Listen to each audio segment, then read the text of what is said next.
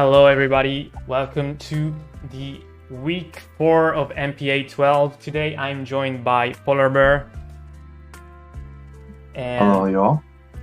and we are going to feature 3 matches, not as last week where Evan took over the stream and he featured 4 matches. Today, we are going back to the 3 matches format, and we're going to feature Battle Room against Clippers, Santi against Shaman, and Genius against Yuri.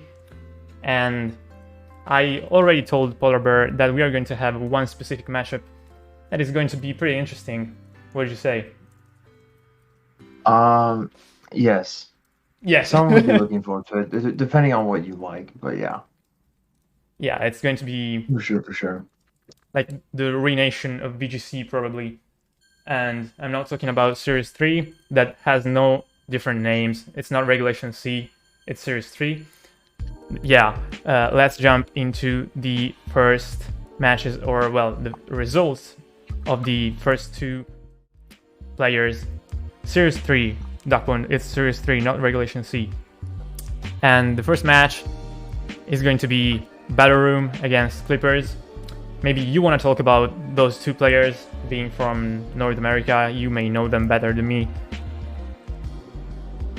Yeah, Colin has been around for a long time. He has notably been like at his peak form since like 2015, mainly that season. That was where he was the most dominant. He won a regional, and it was his first regional, I believe. And then he made day 2 of nationals that year after starting 1-2. Made it all the way to 7-2, I believe it was, because they had 9 rounds, I think. And made it on to day 2, and I think he got 12 at nationals that year, with some like Escavalier, Cresselia, like good stuffs to counter like the God of Aramungus. So always has like some sort of personal twist on his own. And then Clippers has been around for a few years. I believe he started maybe, I want to say around 3 years ago, maybe 2-3 years ago. I know he used to be more involved in TCG than VGC, and he just kind of transferred over because most of his friends play TCG, and that's where he started, and then picked up VG eventually, and not really much else you can say when there's a San Diego Regionals top 4 there. One of the biggest regionals ever, and one of the most recent as well. So that finishes a lot of weight, and NAIC was his first event, first live event. So at every event he's gone to thus far, barring Orlando, he's had a nice showing with some good CV behind it.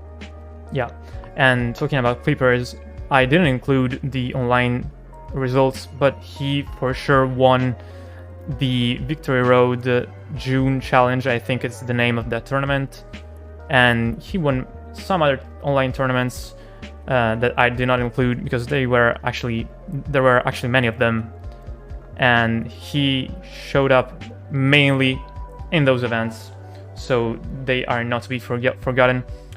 And we can maybe jump straight into the matchup right there, see what the players have cooked for us.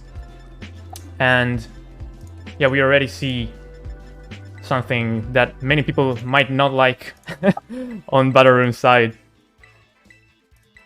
Yeah, we see that Colin has brought what looks to be Len, Alex Soto's dual regional finalist team. It seems that the first place is just really elusive to him at regionals. Yeah. When Aaron is bringing a very interesting take on the Iron Jegulus Golden Go composition, a little bit of a deviation from what we saw Marcus and Wolf run in the previous week. Yeah. And yeah, I mean, still has the Great Tusk on there, and instead has a Palafin and a Excalibur to back it as well. Yeah, and there is the Golden Go on the side of the Iron Jagulus, as we have seen Wolf and Marcus using this weekend, the last weekend, as you said, and they got respectively top 8, I think, Wolf, and Marcus won the regional.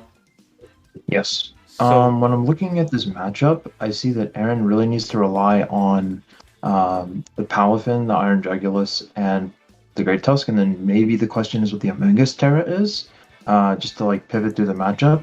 Another thing he could do is use the Excalibur for thermal exchange to get an attack boost. yeah, I don't know if he's Terra Water on Golden Go or Terra Steel or what Terra it might be. I know that Marcus and Wolf had Terra Steel, but they also had a Gothitelle to help control the position to make it more favorable yeah, exactly. for the Terra Steel. So that changes a lot. And I'm assuming that Aaron brought this lead for good reason to have good measure into Immersion DD, so maybe the Great Tusk has Ice Spinner as well. Yeah, that's what I'm expecting as well. And the Golden Go actually is in a good spot if you don't take the Armor Cannon instantly, and we are going to see Butterroom going for Trick Room with DD and White Guard to protect his Pokemons from the Making Rain, but we could expect maybe a Shadow Ball this turn.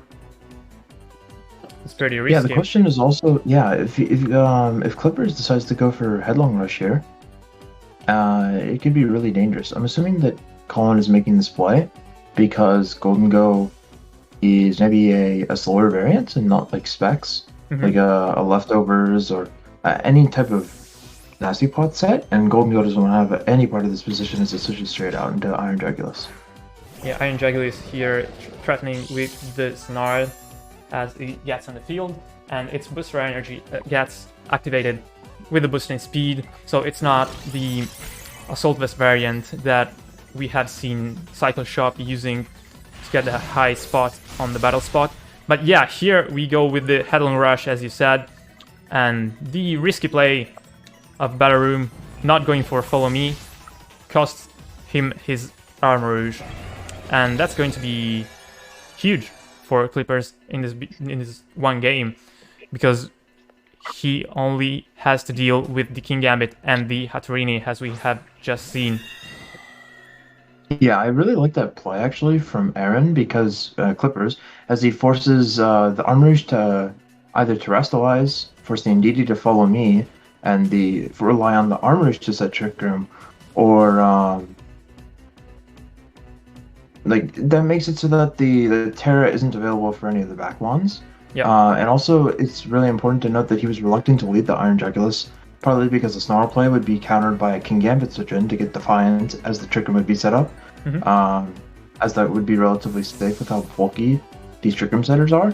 So, really interesting call there made by both players. As the King Gambit switches in here, and the Great Tusk also wants to switch out too. Yeah, let's see if the Snarl went out from the Iron Dragulus on this turn, because that might be okay. No Snarl, protect, very safe switching. Goldengo switches in on to a potential Dazzling Gleam or Expanding Force, not taking too much damage. Whatever the Hatterene and the Indeedee would have gone for. And here the Dazzling Gleam did something like 15% to the Goldengo. Pretty safe here, but not in front of the King Gambit, I would say. That could set up maybe a Swords Dance, or could go for a Kodo Cleave instantly to chunk that Golden Go right away. Yeah, this position's starting to get really dangerous, and Battleroom is actually getting a lot of momentum here because the Dragulus would be forced to Terra Steel to even stay in on this position, and even then it's not really threatening that much damage into the board state when Golden Go is being heavily threatened by a potential Expanding Force and Kodo Cleave. Double up. I'm sure the Counter Cleave gets very close, if not just knocks out immediately, depending on how bulky the Golden Go is. But we do see a Dazzling Gleam and no terrestrialization. Yeah, I think we're going to see the KO on the Golden Go. Yeah, Kodo Cleave gets the KO, and Dragulus here doesn't threaten too much damage onto any of Butterroom's mons. I think Air Slash, yeah, is the best option here to not go for a Snarl and boost that King Gambit. But here, yeah, I think there are 2 Trick Room turns left, and I'm not sure how Clippers is going to stall both of them without losing like 1 or 2 slots. He has the Focus Sash intact on the Great Tusk, but the presence on the field of spread moves are not going to favor that Focus Sash. Yeah, and he was saving the terrestrialization there for the Amoonguss that's coming in now. Now it comes down to if the Dazzling Gleam comes out from the Hatterene, predicting maybe a Terra Dark. And of course, Battleroom has the information we don't. Yeah. I'm assuming that is what he's playing into here. But it seems that he's contemplating the Psychic, so maybe not. But I'm assuming that Colin will make the correct play regardless because he has that information we don't. Yeah, At least I and don't. I think it's interesting seeing the Amoonguss coming into the King Gambit holding a safety goggles and onto the Hatterene that has a good type matchup, obviously, onto the Amoonguss, and Yes. also the Magic Bounce preventing the Spore. And we see the Protect from Amoonguss, but the Iron Jahil is going to take an Iron Head this turn, so not going to take it very well. I think we are going to see the Great Tusk with a Protect, and maybe Terrastal with Amoonguss to not get knocked out this turn, or maybe if Battleroom wants to get the knockout onto the Amoonguss, he has to predict whether it's going to Terrastalize or not. And yeah, I think that here you could probably just go in on the Amoonguss and expect the Great Tusk to protect. Although it's a very risky read if you can get there. The Psychic Chain is about to wear off, which means that any attack followed by Sucker Punch will get the knockout on Great Tusk, given his Focus Sash. So that is something that Colin could play towards to if he wants to. Or he could cover his options here, because the Amoonguss isn't too much of a threat, as it can't Spore either Pokemon, and Rage Powder will be negated by like Dazzling Gleam, and it will still take good damage from any attack coming out from this King Gambit. yeah, and we see the Terra Water from the Amoonguss, so it's not going to take the Psychic pretty well, not being Terra Dark. So the Psychic was safe on Battleroom's side, knowing that the Amoonguss doesn't have the Terra Dark option, and that's a lot of damage I would expect. I would have expected less damage, honestly. But yeah, okay, Citrus Berry.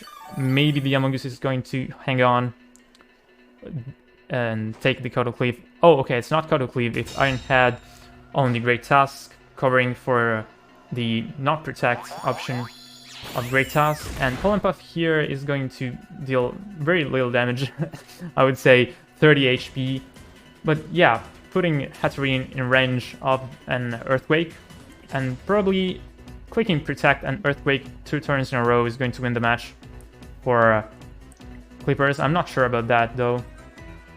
We had Yeah, so by stalling up the Trick Room here, Aaron's actually put himself in a position where close combat covers the Terra Dark and the King Gambit and still does super effective damage, while the Pollen Puff might actually be able to get the knockout on Hatterene. Unsure how the damage rolls go there, but he's gotten himself into a position where he's threatening possibly two KOs on the same turn.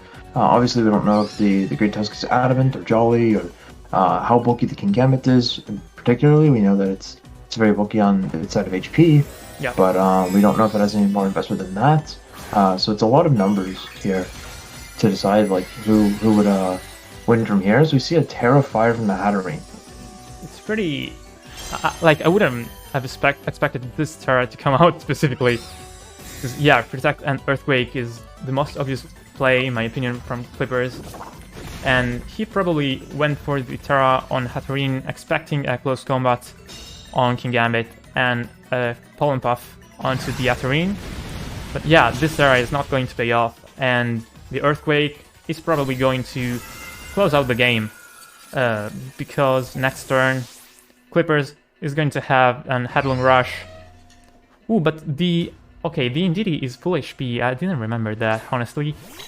And that might matter or not, because the Great Tusk is at 90%, only has taken a Sucker Punch, and the only way to really deal damage to that Pokemon is by Dazzling Gleam. I'm not sure if Battleroom can still win this, but we're going to see what will happen in this turn. I expect a single target move from the Great Tusk, honestly. Yeah, I think Clippers might actually have just locked this up. If you go for close combat into the King Gambit here and Spore into the Indeedee because it's Psychic Seed, I think that covers most of your options. I guess the only real worry would be an Iron Head critical hit onto the Great Tusk after a Follow Me. Yeah. But then you're not using Dazzlingly as well.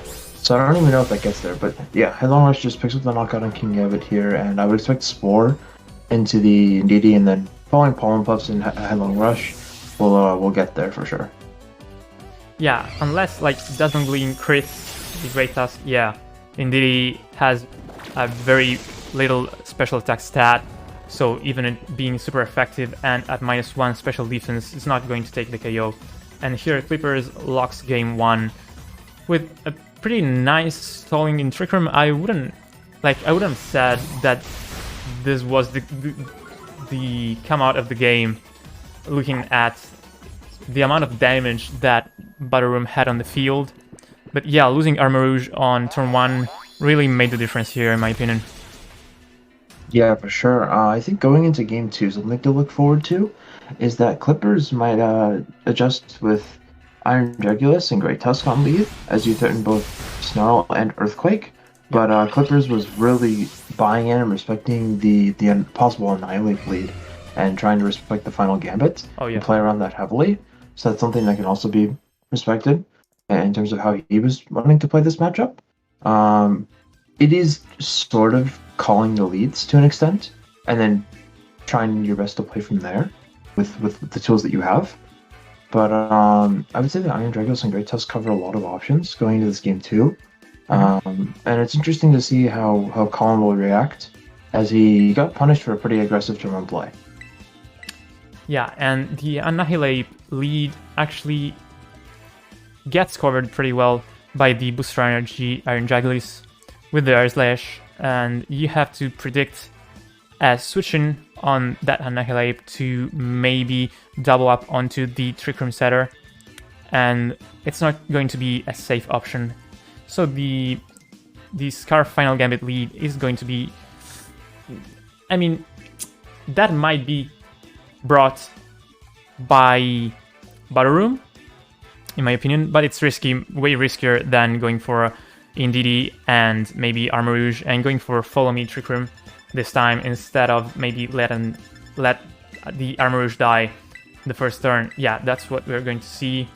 And the King Gambit is going to join the first 2. We might see a different 4th slot. Yeah, he's deciding between Torkoal and Hatterene, and that's going to be a deal breaker, probably.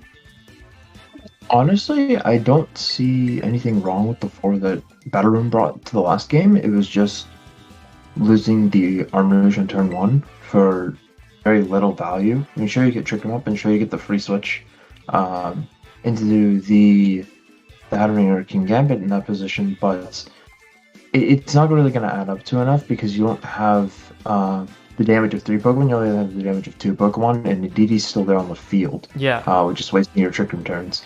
So it'll be interesting to see how Colin chooses to navigate this game, and whether he feels obligated to terrestrialize turn 1 with Armor Rouge, or if he can get away with Follow Me Trick Room trying to sacrifice the Indeedee, and then try and win a 3v4 with the remaining Trick Room turns.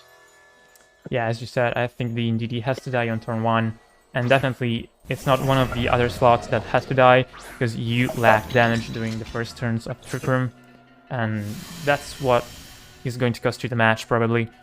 So let's see, same lead from Battle Room, and Clippers adjusted, bringing the lead that you were talking about, threatening the KO with maybe Snarl and Earthquake, preventing the King Gambit to switch in safely, and probably forcing a Terrastall. I really like this. Yeah, for sure. Yeah, we're probably going to see the Terra Dark of the Armor Rouge, which is going to take double super effective damage if it doesn't Terrastall. So I expect here the Terra, Trick Room, and Follow Me, but no, he insists with the White Guard play, and that's respectable. It sticks to his thoughts and his plays. Yeah, I actually do really like this in this game because Earthquake Snarl seems to cover everything, and I think that's what Clippers might have gone for this time. Yeah. So, pays off on this turn, maybe. Let's see if...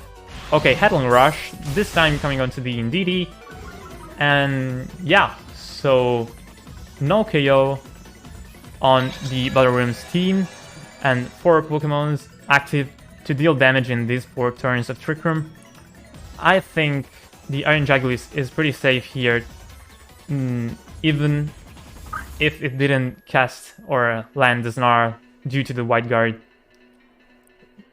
Yeah, it's still in a fine position here, even though Dazzling Leaf from the AGD is weirdly very threatening. Yeah. I still would have liked to see the Headlong Rush into the Armorage just to force the Terradark, but this is still fine. Getting damage on AGD does mean that you can have the Follow Me threat on the turn that you want to attack the partner as well, with a faster Pokemon, which would be slower in Trick Room. So that does set up that play, but Aaron looks to be switching out the Great Tusk here into the Golden Goat to better resist the oncoming attacks from the Armorage and DD. Ooh, no Protect on the Iron Jagulis, so it's going to be taken down maybe by the Dazzling Gleam. I don't know if that's the damage that we're going to see coming out from Indeedee. Maybe. No, that's not enough. Indeedee sucks. Okay, and probably Snarl. Okay, pretty bold here. Predicting the Kingambit not to come on the field this turn. Maybe scared of double up with Snarl and Earthquake. And yeah, Golden Go here has to be aware of the Armor Cannon. And that's not going to be very nice to take from the Golden Go. Yeah, the important thing is Clippers is still stalling at Trick Room turns, and the main Trick Room bruisers are still not on the field for Battle Room.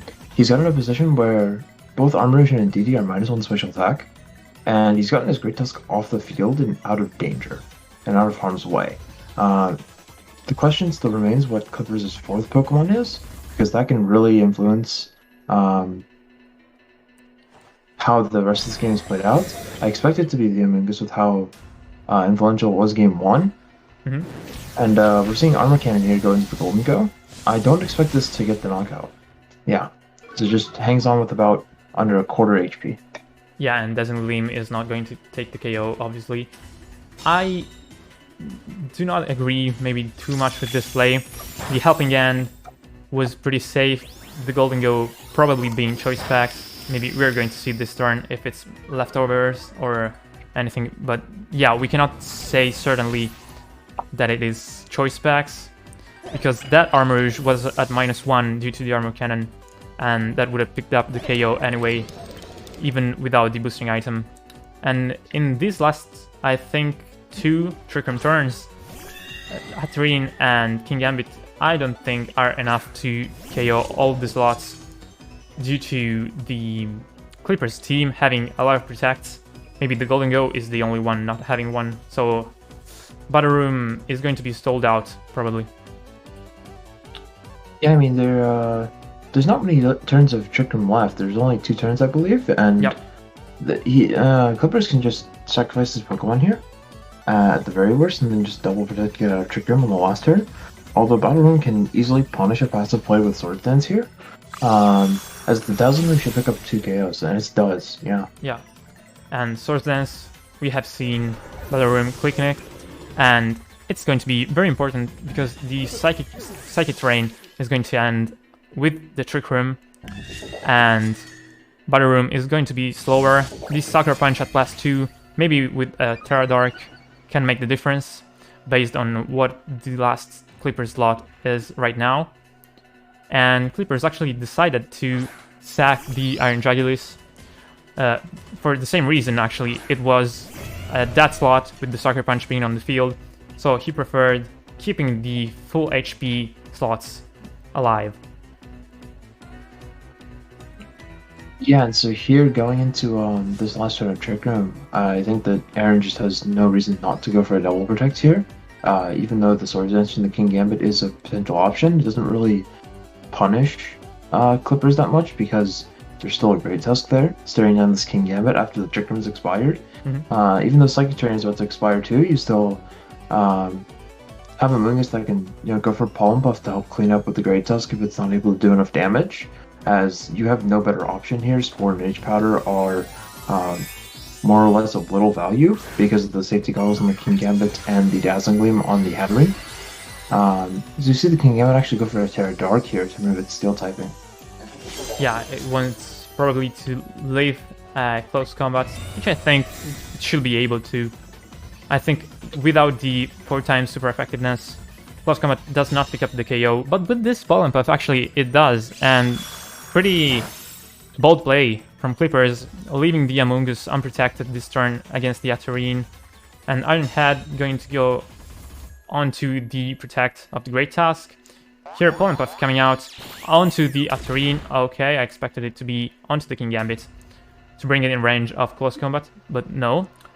Yep. And maybe Earthquake takes the KO onto Atarine, but I don't think that's what we're going to see. Maybe Headlong Rush onto Atarine and Pollen Puff to heal the Great Tusk and maybe make it survive the Sucker Punch next turn.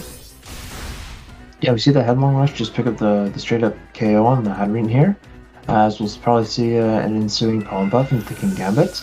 The previous turn, Among Us could have gone for the Protect there, as you mentioned, but decided against it and did not get punished for it at all. We did see Protect in Game 1, so it's not a set that just does not carry Protect, and it was a very serious option for Clippers, and here I just don't see how he loses this with Pollen Puff and Protect, unless if this Cataclysm picks up the knockout, which it very well could, and then Sucker Punch might go afterwards. Yeah, I think it does. And pick up the count on the following turn. So it really comes down to if Clippers makes the call here on to the King Gambit with close combat, or if it protects on a potential Sucker Punch, and then Pollen Puff is able to chip away at the King Gambit. Yeah, I think the last turn, Pollen Puff, it wasn't right to go on the King Gambit. Yeah, because it brought the game down to this 50-50. That Clipper still won, bringing the match home with that 2-0. And yeah, that's fine, but I think that healing his own Great Task with Pollen Puff would have been safer due to it being able to survive the Sucker Punch the turn after the close combat, I think. Yeah, really good understanding of that matchup there from Clippers. I'm not sure at the very end if Pollen Puff would have actually been a 2K on the King Gambit. If, say, the Sucker Punch went into the Great Tusk as it attempted to close combat the King Gambit, if Pollen Puff into another one would have knocked out, assuming that this was a minimum speed King Gambit, because the Among Us was faster, and it's not very common in this format to run speed EVs on Among Us. As with prior formats, some people would even go max speed Timid, depending on the current meta. But that was a big deal once Trick Room expired, as the Among Us was able to do damage before it was able to take any. And Clippers just found himself in really good positions out of Trick Room in both games, and really maneuvered the board state with, I would say, not even the best hard Trick Room matchup. I mean, you have Golden Go, which is decent, and Iron Jugulus, which is okay, but Snarl is completely counteracted by King Gambit, and Great Tusk is very frail on the special side, and really only has Protected Focus Ash to work with, and even the Terror doesn't really save it, so really good management of resources from Clippers, and really good 2-0, nothing really RNG heavy there, so it was just really clean set on his part. Yeah, as you said, great understanding of the matchup, knowing that he has to get the turns in order to save his Pokemons, and switching that Golden Go onto what could have been an Armor Cannon on that slot was very, very bold from his side, in my opinion. And also that Among Us not protecting and going for the Pollen Puff to bring the Atarine in range of an Headlong Rush, which I think Atarine was already in range of the Headlong Rush, so I would have gone for a Pollen Puff onto the King Gambit in that turn. Yeah. But yeah, still very nice reads. In my opinion, that's how you should play the Hard Trick Room matchup, because if you play too passively, or if you are too scared of losing mons, you are going to lose the game. And yeah, that's a great showing of how generally you would have to play against Hard Trick Room here. But let's jump into the second match. We have Santi against Shaman. Santi, of course, great player from North America. He won the first ever Players Cup, and I think he was undefeated throughout all the tournament. So he never went in loser brackets, whether in the American phase or in the global finals. And he brought the same team, if I recall correctly. He was the maybe the only one, I'm not sure, to bring the same team in the regional phase and in the global phase with the Colossal. And he also won the Invitational Players Cup for the 25th anniversary of Pokemon. And more recently, he got top 8 at the Sea Caucus. Correct me if the pronunciation is wrong. I have no idea how to pronounce this. Regional in 2022. And as for Shaman, Melvin is one of the greatest player I have ever seen. I have had the pleasure to play against him in Berlin in 2019. And the results I have included are not even all the results he has. So he won 3 special events in Singapore, Malaysia, and Hong Kong. And he won Singapore Nationals last year. Then I included multiple international cuts, even if he has done top 16 at Worlds twice, because the consistency of this player comes down to the international cuts, in my opinion. He attended 5 internationals during the 2019 and the 2018 season, and the worst result he got in these internationals was top 8, and that just doesn't make sense, in my opinion. Yeah, it's scarily consistent. And just thinking back to like the stint of 2018 and 2019 that you mentioned, I believe he top cut 2 or 3 of the 2018 internets, and then I know he top cut the 2019 EUIC and NAIC, finishing top 4 and top 8 there respectively. It's just insane to see that kind of a performance. I mean, usually people, it's very, very impressive to make it to like the top 8 of back-to-back regionals, and for that to happen at the international stage is just nothing short of just spectacular. It's just incredible. Yeah, and I wanted to say there is a difference between these two players. Santi has like Addy has pointed out, as Santi won these 2 tournaments, Players Cup and Players Cup Invitational, in 2 metas that were early metas, because we had the series back then as we have right now, and the Players Cup 1 was early season 5, I think, series 5, and the Invitational was early series 10, maybe? Yes. Okay. Yes. While Shaman has been known for using the same team all the season. So he took a team and he would master it all the season.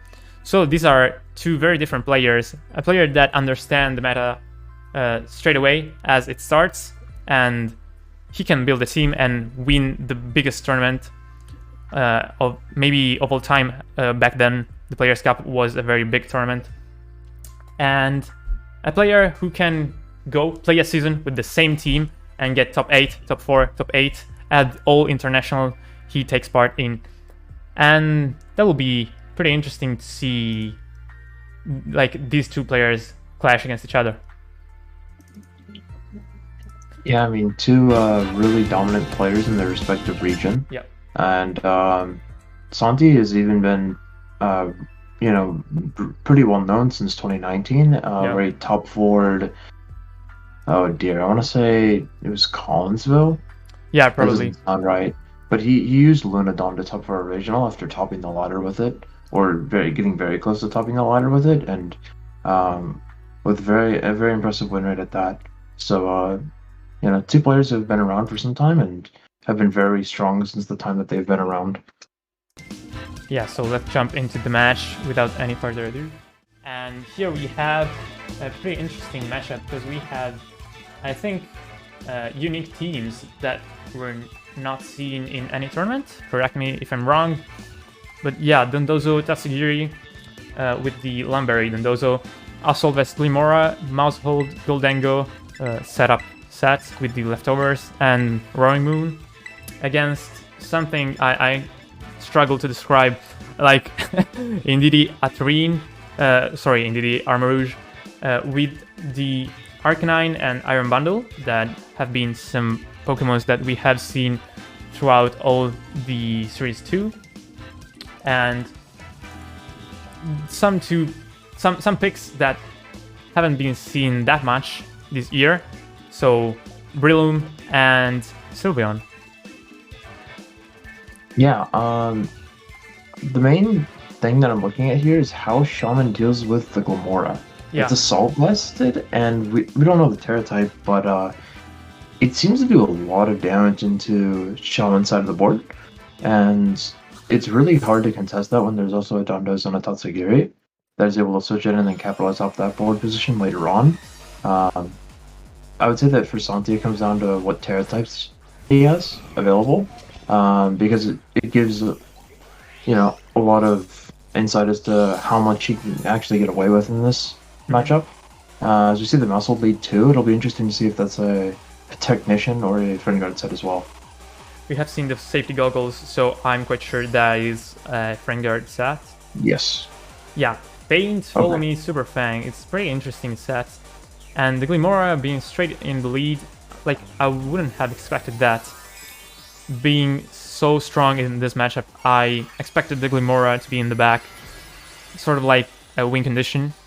But yeah, we have it in lead, and going for the Terra Grass straight away in front of the Armarouge and the Iron Bundle. So yeah, to protect himself from the Expanding Force, the potential Expanding Force with the Indeedee switch in and the Hydro Pump. But yeah, Follow Me and Icy Wind coming out from Iron Bundle, reducing the speed of both Santi's Pokemons. None of them avoided the Ice Wind, and Mortal Spin here, okay, trying to maybe set some poison on the field, like setting maybe a Dondozo for the late game. Yeah, I really actually like this turn from both players. Shaman, by leading this, is saying that he doesn't want to bring any of the physical wands on the lead to proc the Toxic Debris from the Glamora, leading to special attackers, and it almost seems like he preset this bait where we're wanting to force the Terra Grass and get the Icy Wind off to allow the Armarouge to then move first this following turn. Ooh. You see the flip turn off from the Iron Bundle, so that might actually indicate a weakness policy on the Armarouge with weak armor. Yeah, I'm quite sure about that. And yeah, that's a set that we expect to see more from the Eastern players. I think that's what we could like think of as Japanese, Chinese, and Southeast Asian player playstyle. I don't think if you agree with me. Yeah, that's something that we usually see resides on Battle Stadium and strictly stays there. Yeah. But Shaman decides that it is very much suitable to bring to Open Team Sheet Best of 3. I can't particularly say that I disagree. That with it being a questionable pick, but the Muscle tier definitely makes things a lot more difficult for Shaman, as it's going to redirect any possible flip turn combos we just saw there, and it is very difficult to execute when that is ever present, and there's really not a lot of damage to deal with this bulky Muscle. Yeah, and we have seen Mortal Spin get 3 poisons in 2 turns, so the Dondozo endgame with Rest and the Lamberry is quite set up, I would say. Yeah, he has Protect and Rest, so it's going to be able to stall pretty well, even in front of the Armarouge. That deals, I think, not that little damage with the Expanding Force, and it being at +2 speed right now is going to outspeed the Dondozo even after the Commander activation. And the Order Up here, not wanting to protect on the first Commander turn, is going to deal some damage to maybe try and KO the Armarouge before it will be able to deal too much damage to the Dondozo. Yeah, Santi has actually set this up very well. There wasn't really much that could have gone wrong thus far. Hmm. Nothing risky necessarily, and Poison now being on three Pokemon with this rest on Dozo in play, um, really is in a commanding position, and I struggle to find answers on Shaman's side besides this Iron Bundle maybe getting a freeze dry freeze. Yep. I like to see any other win condition on Shaman's side. Yeah, so here the order up is at 2-hit KO with the poison, but the expanding force dealt some nice damage as well. So it's not going to be actually so comfortable for Santi in my opinion. The Armor having the Helping Hand expanding force option this turn. And yeah, okay, I was confused by the leftovers not activating, but it's Lumberry, so my bad. And yeah, Protect to get a poison turn. And the Earthquake next turn probably is going to take a double KO with the Order Up boost that we have seen coming out the previous turn. Yeah, so Santi doesn't necessarily need to attack. He can if he wants to, but order up into the Indeedee is just as optimal, or even a rest here to heal back up to full. Yeah. Would be fine because Poison going to take down the Armorish here. Does opt for the Earthquake though, valuing damage onto the Indeedee. And we'll see. Okay, the Indeedee does protect, so it looks like Shaman's getting arguably the most value out of this turn, getting good damage on Dondozo, and not having that Dondozo heal up afterwards as well. Yeah, and the Iron Bundle coming in is going to threaten the Dondozo quite well, actually, with the Freeze Dry.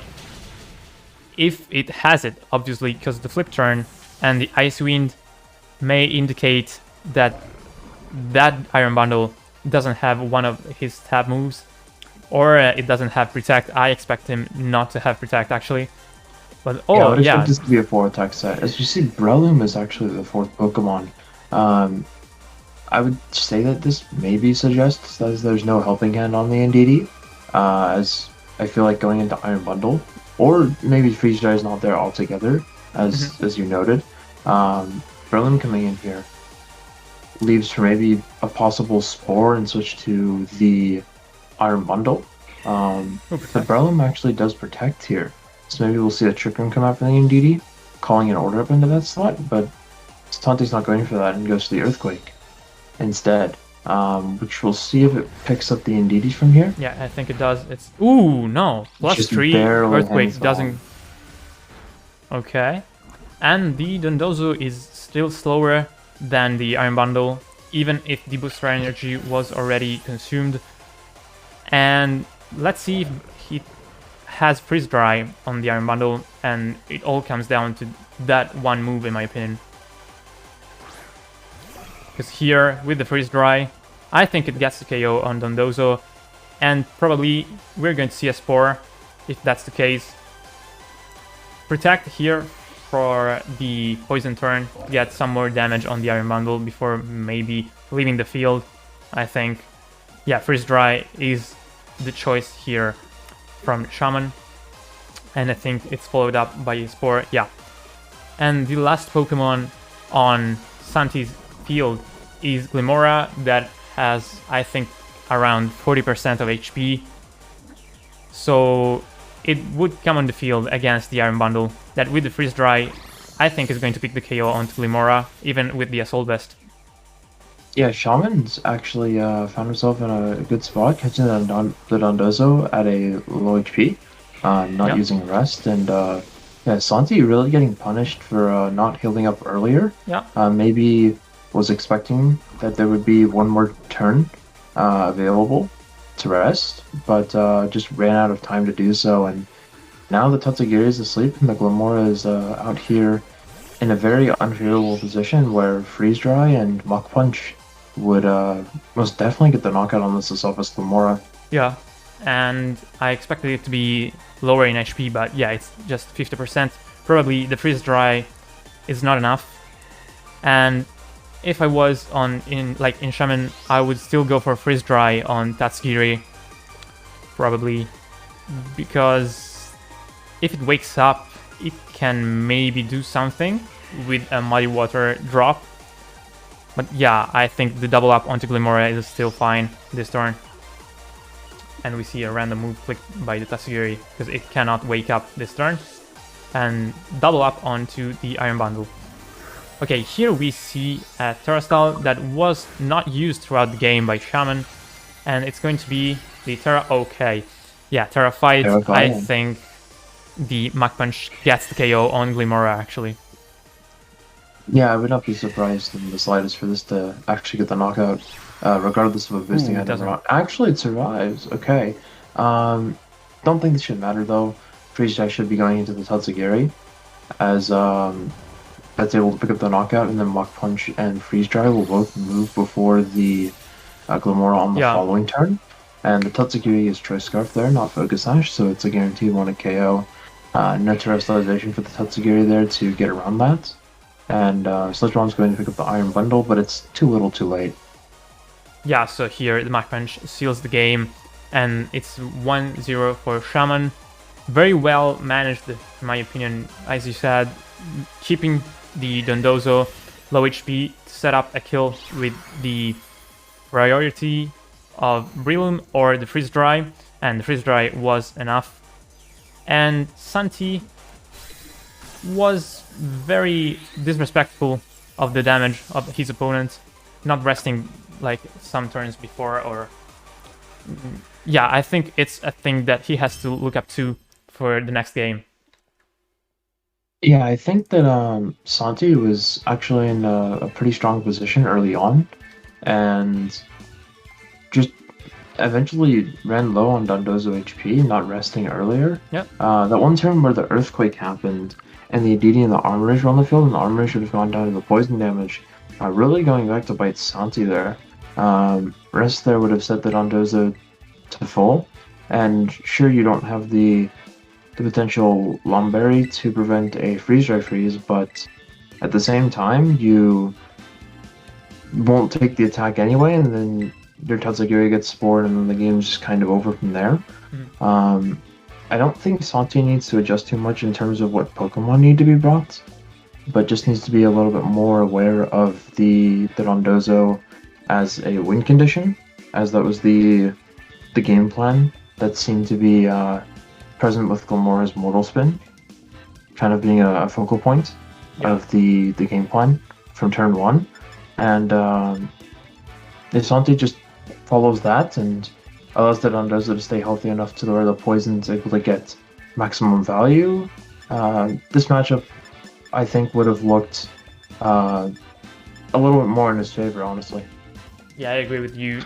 Probably the 4 slots that he brought were the correct ones, and he chooses to bring the same, as you said, maybe trying to correct his plays throughout the game and keeping the Dondozo healthier. And yeah, still spamming Mortal Spin is a great option for the game. And one thing about the previous game, I didn't expect the mouse hold to die from the expanding force of the Armourouge on the turn where Shaman brought Indeedee on the field with flip turn. But yeah, apparently the Armourouge has a very high special attack stat, and I found out today. And yeah, he has to be aware of that when maybe he doesn't want to lose the Redirect, or he does, but let's see if he changes that way of playing around the Armourouge in this game. Yeah, I think the mouse hold there dropping to that attack might be indicative of the fact that it's actually maybe a fast and bulky variant instead of just all invested into bulk. Maybe wanting to be fast for the Super Fangs to be able to get that damage off. As we saw, Yuki Zaninovich was able to day 2 Oceania International Navy 1 record with Super Fang mouse hold into Glimmora Toxic Debris.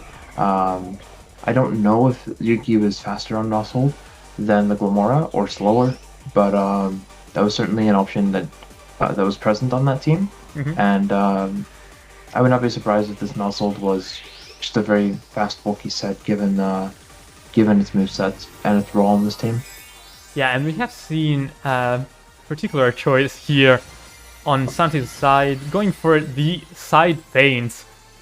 And that's interesting. I was thinking about it when I saw the mouse hold set, and this interaction is pretty cool because the Glimora's ability says whenever Glimora gets hit by a physical move, it scatters the toxic spikes on the opposing field.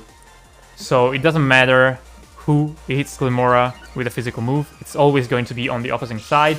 But here we see that not going for Follow Me leaves the Iron Bundle free to go for the flip turn on the Armor Rouge using the weakness policy and the weak armor. So we're going to see a pretty huge expanding force probably. I actually really like Shaman there calling the bluff from Santi that yes, the mouse hold's present, but Follow Me was used last time to negate the flip turn, so surely it doesn't come out this time, right? Yeah. But Shaman perfectly, reading into that, and now getting a boosted Armor Rouge with Psychic Turn on the field as well. And this expanding force is gonna hurt. Yeah, critical muzzle doesn't matter. Of course, we have seen the damage that muzzle took last game. And Mortal Spin... This Mortal Spin is gonna do a little bit more damage because of the defense drop, but still nothing. Poison is going to start adding up here, and Dondozo might be able to stall this one out depending on if it's able to rest up after a few expanding forces, or maybe opts for the Earthquake immediately. Glimora is now very low, lower than it was last time, and the Mousel's already gone again. So this just looks like a worse position than game 1 for Santi, but maybe it's salvageable with Dondozo's amount of HP and the stat boost that it's going to get from Commander here. Yeah, and I think that Shaman doesn't have Helping Hand on the Indeedee, because I think there were a few turns last game where Helping Hand would have been the right choice if it was in the moveset. But yeah, Expanding Force here is still going to hurt the Dondozo, and if the Dondozo wants to stall the Armor Rouge enough, I think he has, he cannot stall the Armor Rouge enough. He has to KO it, and it still expose himself to the freeze dry as happened last game. So yeah, I think here Shaman with the great read on turn 1 just brought himself in a position that's too good for Santi to bring back.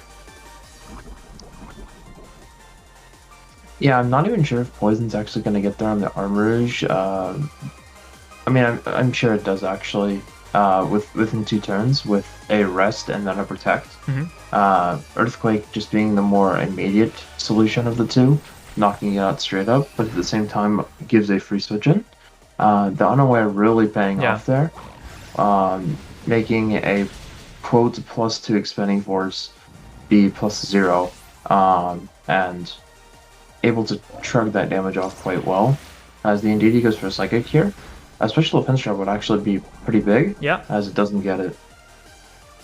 Yeah, and here we will see probably the Iron Bundle coming on the field, and yeah, probably the Dondozo. Oh, and the Breloom actually is brought out by Shaman, and yeah, it's probably going to look for a Spore, or I don't know if Bullet Seed is the right play here for Shaman, because the Spore is going to be negated by the Lamberry, and the Bullet Seed is going to bring Dondozo in range of a Freeze Dry for sure, but I'm not sure if it does with the rest coming out.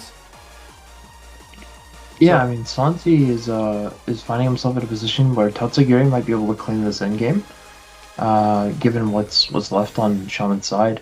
I mean, as long as the Tatsugiri can be able to get out of Dondozo's mouth safely, it should be fine. We do see Follow Me, Bullet Seed as Santi opts to protect that Dondozo. Yeah, and I think that's what we're going to see this turn as well. The Dondozo could go for a rest, and here the best outcome for Santi is going to rest if the Breloom goes for Bite Seed and the Indeedee goes for Follow Me. While if the Indeedee doesn't go for Follow Me, probably Order Up on the Breloom is the best move. Okay, Follow Me comes out from the Indeedee, and I was saying all that because Psychic was an option here, predicting the rest from the Dondozo. That could have chunked the Dondozo more than a single Bullet Seed. Let's see if the Bullet Seed... I expect this to be loaded dice on the Breloom. So we'll see how many hits this gets. But this will be doing a good amount for sure. Yeah, and that's as it not only loaded hits dice. 3 times, so it's not loaded dice. Yeah, it's probably Focus Sash. Yeah, landing towards Focus Sash. Interesting to see because we did see some bulky Breloom with loaded dice in Series 1. Thinking that might carry over given that Psychic Terrain is there. Breloom's main weakness being its defensive stats, and priority moves are a great way to pick off Pokemon that have lower defense stats, and playing around that is a potential option on this type of a team. But Focus Sash being a more consistent option on a more rogue team for best of 3. Yeah. So we'll see if the combination of Icy Wind into Bullet Seed on a following turn if it connects is going to put the Dondozo presumably slower than this Breloom, allowing it to Spore and then combo into Freeze Dry and then Bullet Seed or a Spore onto the Tatsugiri. And then I don't see how Santi actually wins from there because the Glimmora has already used up the Terra Grass, and as we saw from last game's Mach Punch, it will definitely KO at that range with the Terra Fighting. Yeah, I'm not sure if, probably here Bullet Seed has to take 4 hits. Yeah, I'm not sure if 4 hits are enough, actually. Oh yeah, Spore, you're right. You probably said it before and I just turned off my ears. And yeah, here Freeze Dry and Bullet Seed get the KO in Dondozo. I'm not sure if Freeze Dry is enough, though. What do you think about this calc? Freeze Dry is not going to pick up from here, but Shaman is on a timer with this poison damage. Yeah. Breloom looks like it has maybe 3 turns left. Iron Bundle is afforded with a few more on top of that. Dondozo is asleep though and already consumed its Lumberry, so it won't be able to stall this turn. And Shaman's going to be forced to, Freeze Dry Mach Punch here probably. Because I think Bullet Seed's just going to knock out the Dondozo, and you do not want to pick up a KO on this turn. Okay, I think because this is the then right... you don't get... That's fine too. Spore's fine too. Yeah. It avoids crits, so that's an understandable play. Or at least it avoids crits from the Breloom. So that's fair. Because you want to set up a turn where the Tatsugiri is vulnerable. Yeah. And that allows you to combo into a Spore on the Tatsugiri, which opens up your Iron Bundle and Breloom to win the game. And here we see that Freeze Dry Spore is going to come out, and then the following turn, I don't think that Santi has a way to get around Freeze Dry Mach Punch, as Breloom should be able to afford itself one more turn. I think actually here Breloom has to go for the Bullet Seed. And yeah, okay, no, Shaman is not scared of the timer on his 2 Pokemons and goes for the Spore instead. It's still safe. I mean, the Bullet Seed would have just gone for probably something like 80% of the Tatsugiri's HP, and here he just goes for the Freeze Dry onto the Tatsugiri and Mach Punch on Glimmora, filling up the game too, so winning 2-0, and pretty convincing performance on Shaman's side, bringing his own singular. I mean, it's not a team that we have seen played by anybody else, I think, and yeah, he played his team very, I would say, masterfully, and knowing that it didn't do Shaman's just going to use the Terra here for good measure. Yeah. Unnecessary at this point, but just secures the game. Yeah, we'll see if Freeze Dry and Mach Punch come out. Yeah, it's a cool looking Breloom. We don't see Fighting Terra much, so it's nice to see it when we can. I get to see it both games as the Mach Punch very easily able to pick up the Glimmora from there. And we'll see an ensuing Freeze Dry into the Tatsugiri picking up the knockout, and then Shaman will be winning the set 2-0. Yeah, and the Dondozo here not looking as good as we are used to see it throughout these two series we have had on Scarlet and Violet. But yeah, Shaman was pretty confident with this matchup and showed us a pretty unique way to beat it with the Armourouge with weak armor and the Breloom going for the Spores and the Bullet Seeds. Two moves that threaten the Dondozo quite a lot, even if he's got the Lumberry. So maybe Santi was confident of his Lumberry on Dondozo, staying on the field against the Breloom. But yeah, Shaman showed us that that's not enough, and you have to probably keep the Terra for the Dondozo to hang on one of the Breloom's move.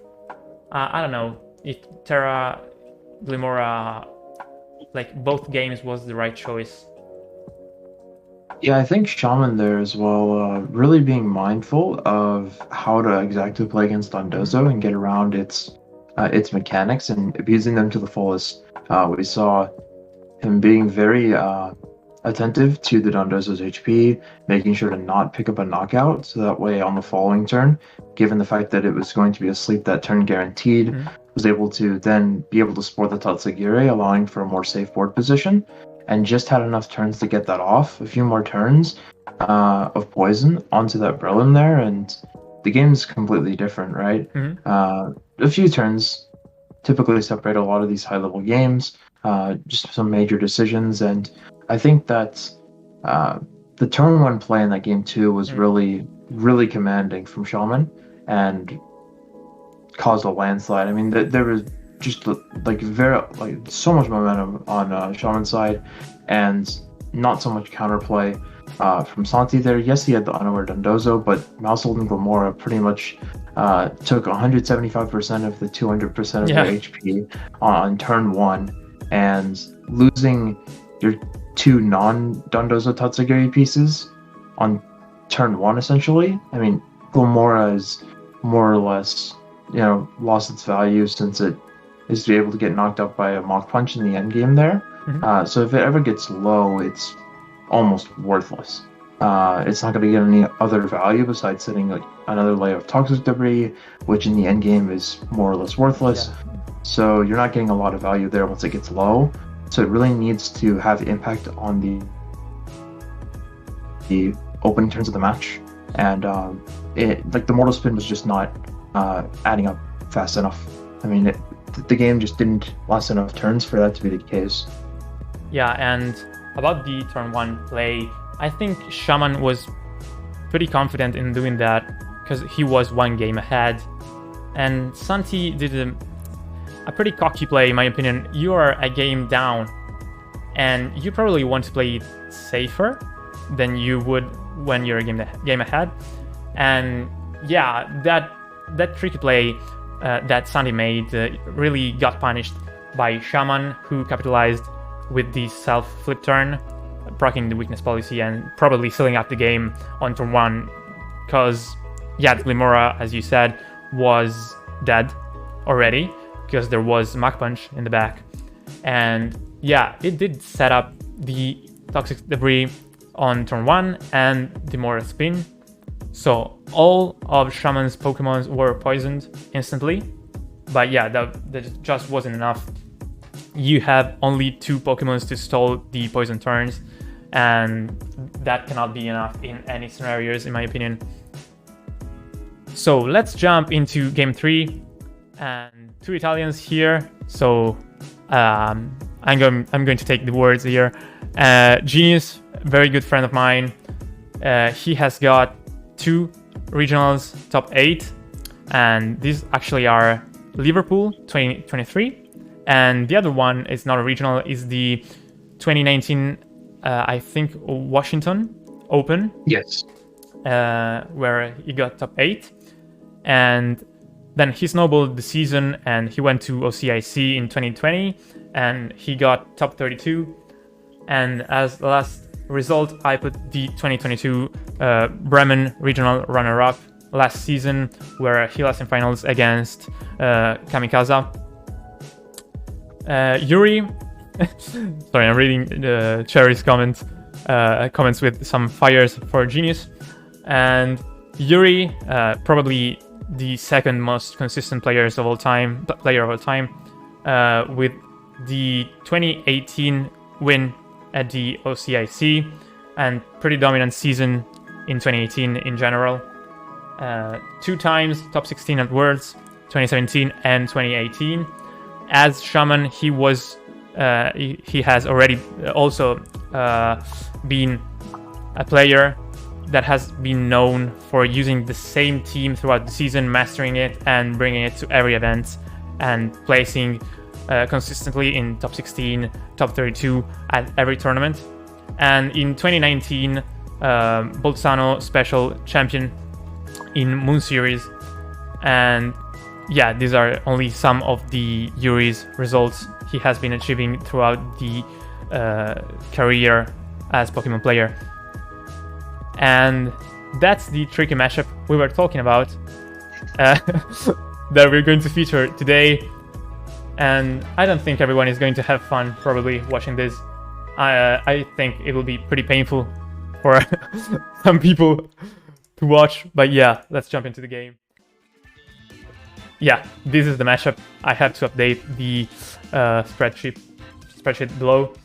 But yeah, what do you think about this exciting matchup? I'm not a fan with the fact that they have nicknames on.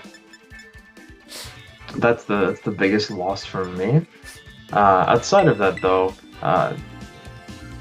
we see 3 out of the 6 teams that are featured on stream bringing the exact same team. All of them being the Alex Soda rental and from the finals of Bookham. Yeah. Interesting to see that these players who were playing on console kind of defaulted to this. Whether it's out of just not wanting to get another team in game, or if they actually think this is their strongest option of what they would conceivably play. Yeah. That I couldn't answer. That's up to them. But yeah, this is gonna be coming down to some very weird turn 1 plays and possibly a few speed ties here and there depending on how this game plays out. Yeah. So this is going to be like not an interesting match competitively, maybe, but it's surely going to be interesting for the thrill of the speed ties. As we see, no psychic types from Yuri on turn 1, like the King Gambit and the Nihilate going to deal with the Armarouge and the Indeedee, both going to be threatened by the final Gambit. And what are you doing in this situation if you are Genius? Are you going to set up Trick Room or not? I honestly could not answer that confidently. Depends on what Genius has in the back. I mean, he does have the Torkoal, Yep. so that does kind of influence the fact that Trick Room would be a better option. But I'm sure both players are very reluctant to use Trick Room here. Yeah. Given that it would maybe help the opponent more, especially because Yuri, if going for Final Gambit here into say the Armarouge, it's guaranteed to hit something. Because there's no Annihilate in the back for Genius, and you can't Terrestrialize out of the Final Gambit, which means that Yuri would get a free switch if Trick Room was set up by the Indeedee. If the King Gambit wasn't to just pick up a clean 1-hit KO on it. That being said, though, the Terrestrialization from Yuri here appears that he's willing to go in on this turn and commit for a lot of damage. The Final Gambit does connect into the Indeedee, picking up the clean KO there, and we'll see what Genius opts to do into the opposing King Gambit here. Yeah, he's going for the Armor Cannon, going to deal maybe something like 70%, yeah, a bit less, and the King Gambit has the option to Revenge Kill here instantly with the Code of Flip. Yeah, that's what we're going to see. So Terra Dark to survive the Armor Cannon, and Codicleve to Revenge Kill instantly on turn 1. And this is going to be rough. For I don't know for who though. Yeah, I'm sure Yuri has Torkoal in the back. Yeah. Just given that, or maybe not, because he's not very welcoming of Trick 'em being set up there. But maybe just saying, if Trick 'em is set up, that's fine. I'm still forcing the Terra Dark on Armorage that turn. And we see Armorage come out here, so maybe this indicates that Hatterene is the 4th. Presuming that Genius will be the one bringing in DD, so Psychic Terrain might not be necessary. Or Indeedee might also be in the back. But Torkoal here is not in a good spot.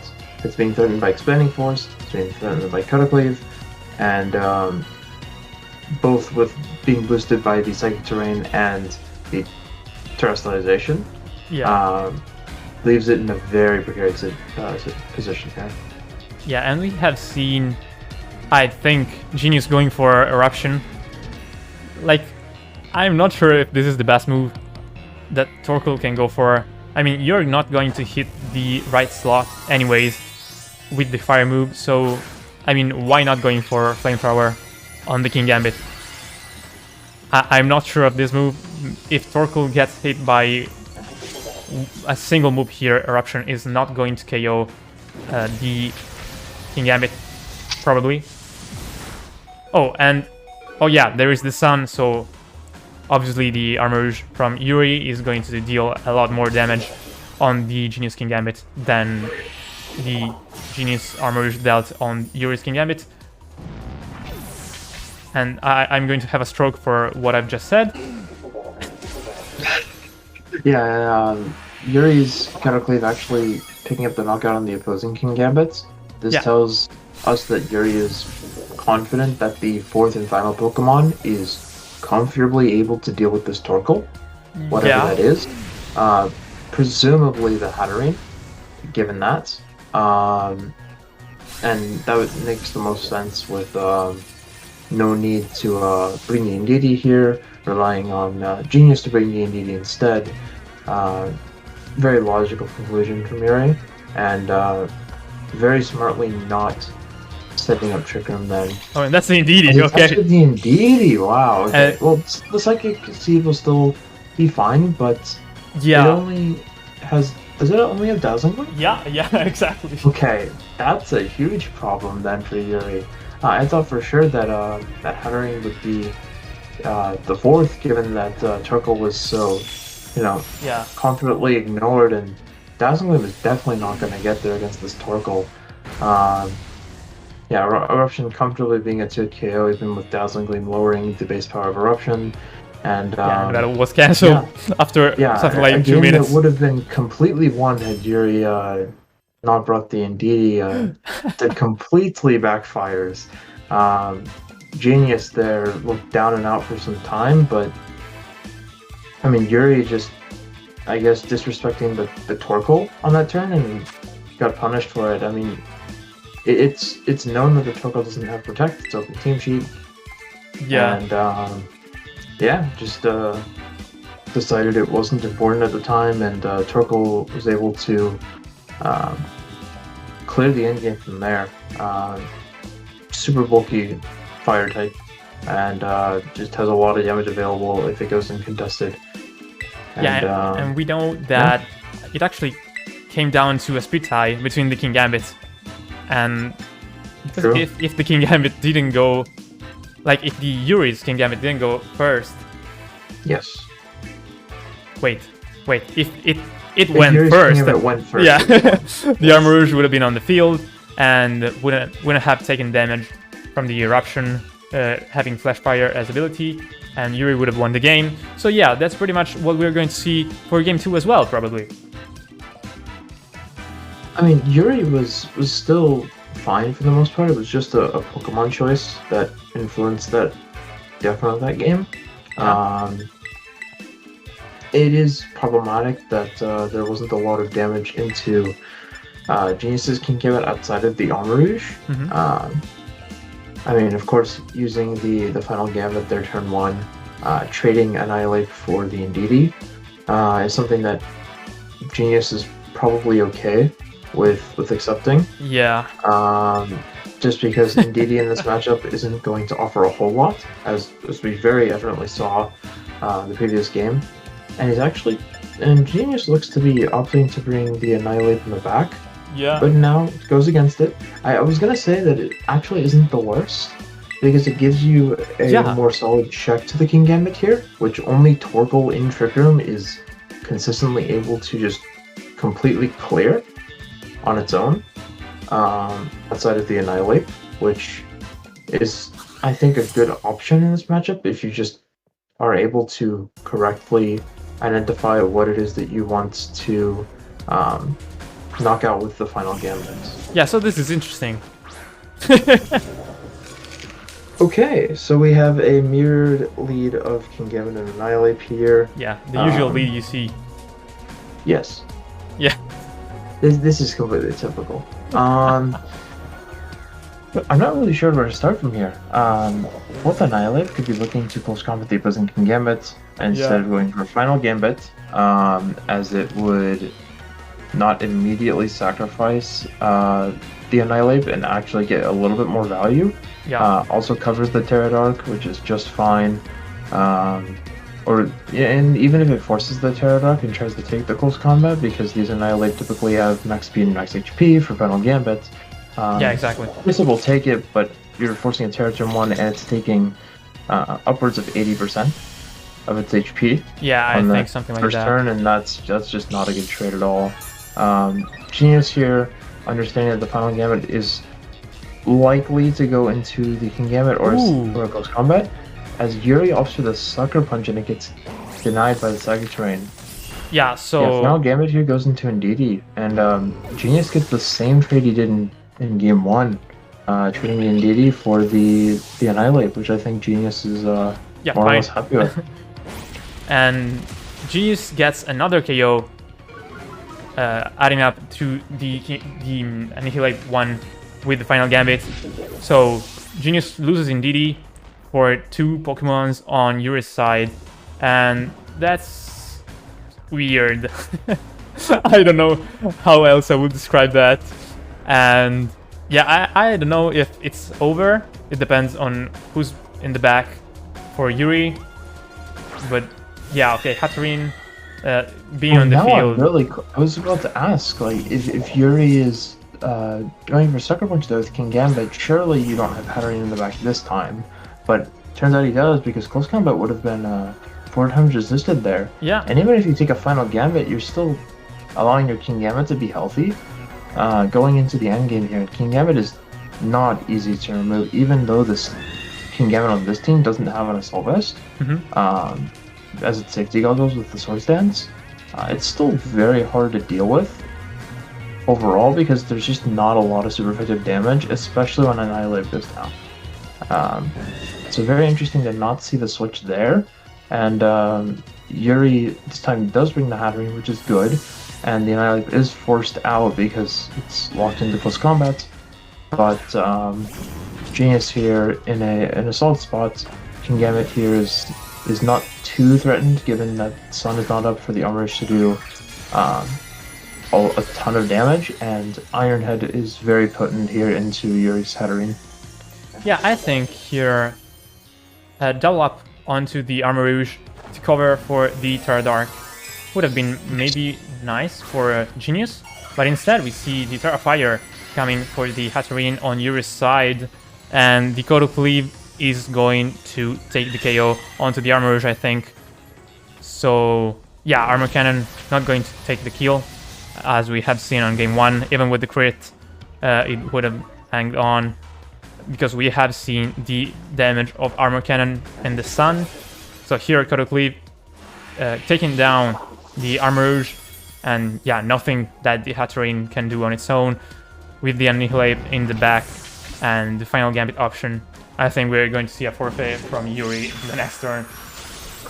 Yeah, Genius just very smartly not overcommitting onto the Hatterene there, and correctly identifying that the Hatterene was going to be the Pokemon to terrestrialize in this game, Mhm. as the Ironhead going into the Hatterene there just completely seals up the game, because then Annihilape would just be able to come in and threaten the King Gambit, and Yeah. King Gambit is weak anyway to the Annihilape regardless of Terra, so terrestrializing the Hatterene there does make sense, but is then again still an obvious play and is very easy to read into, and Genius there identifying correctly what is going to get into a safe endgame, and yeah, very, very clean and very efficient win from him.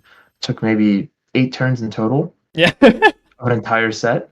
Just Oh, brought good mons. I think that yeah. the only real thing about game 1 is that Yuri should have brought Hatterene over Ndidi, given how that game played out. And then game 2, Yuri could have switched in the Hatterene on the incoming close combat. Even if you take the final Gambit, it's really not the worst. You still conserve your own King Gambit, which in this matchup is pretty valuable, especially with Terra Dark, is able to do a lot of damage. And Yeah. Genius, I guess, is just one of the best at hard trick him. I don't know. Yeah, I just want to clean my Maybe he eyes. should consider it. I mean, he's got a regional finalist. Alex Soto's got 3 of them. Yeah. Maybe he gets to regional finals more often if he plays our trick room. I don't know. Yeah, But, I might tell Genius he has to bring our Trick Room to Utrecht. Yeah. I'm testing with him. And UIC. Just Yeah, like all the way UIC. to this season. Yeah. UAC is going to be Just in. play it till it doesn't work. Yeah. Yeah. Yeah, but Alex Soto himself said that probably he's going to drop our Trick Room for Series 3, and I'm not going to believe that actually until I see it with my eyes, because I thought it was going to drop that or maybe fix that for Series 2 as well. But yeah, no, he just brought the same 6 mons with some adjustment to the spreads and 1 different Terra type. And yeah, until I see with my very eyes that Alex Soto dropped the team, I will not believe that Alex Soto is going to drop that team. Yeah. Even with the Calamity and Ruin like legendaries coming around, like it's still something that I don't want to believe until I see it like publicly being talked about online. Even if I don't get to see it on Alex Soto's Switch at a tournament, as long as enough people are saying it, I'll buy the word. Yeah, here, predict Alex Soto is going to be 9-0 at day 1 of the UIC. 100%. Like, that doesn't make sense. And he's going to bring the same 6. He's not even going to change It's kind of like NA has Emilio Fours, and then EU has Alex Soto. It's just like the 2, like, undefeated players at like every event. Yeah. And I hope he's going to drop it, by the way. Honestly, I hope he changes and he becomes a better person, going maybe to some control options. I'm sure some European players will probably start just prepping the matchup in case other people bring it going into the future. Like, just at least like play a few practice games against it just to know what to do, given that this has now become something that's reached the finals of 2 consecutive regionals by the same player, having very good showings at both. X1, I think, in Liverpool, and then undefeated in Bochum. In day 1, and it's just ridiculous. Yeah, it's just insane. Yeah, I'm sure that European players will be looking more into just focusing on what is optimal to do into something like this, not necessarily completely flow-charting it, but just generally knowing, hey, I'm going to bring said Pokemon and look to play in this way to deny it, because as you can see, these players too are looking to bring in an NPA sets, so maybe it's something to look out for in following weeks. I'm not sure. We will have Series 2 for like, I think 3 more weeks, I think 2. Not sure. Okay. I think we switch over in Series 7, week 7 to the new rule set. But yeah. Yeah, and enjoy Hard Trick 'em while you can, I guess. No, don't. I mean, I wouldn't. I'll enjoy playing against it, but with it personally, I don't know. It's an interesting archetype.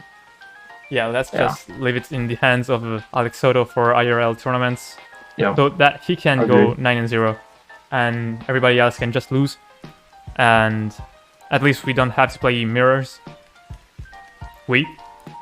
Yeah, I was considering Heart Trick Room for Bokum. I didn't bring it in the end, and I went 2-3.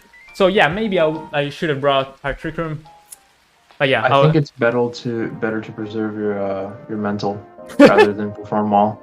I think that's the truth. I mean, Alex Soto at this point, like, he has to be a robot. Yeah. I don't think you can have like true emotions and play Heart Trick Room. That's I don't know how he does it, but okay. Happy for him as long as he gets those finals. Like, I hope he can win a major this year. Like, it's just not fair. Right? Eventually. Maybe not with Heart Trick Room, so he can actually learn a lesson. Like, you cannot get more than second place with Heart Trick Room. I would live with it, but maybe he doesn't want to. I don't know. I'm sure at some point you have to eventually get bored and maybe disappointed at a regional finals appearance.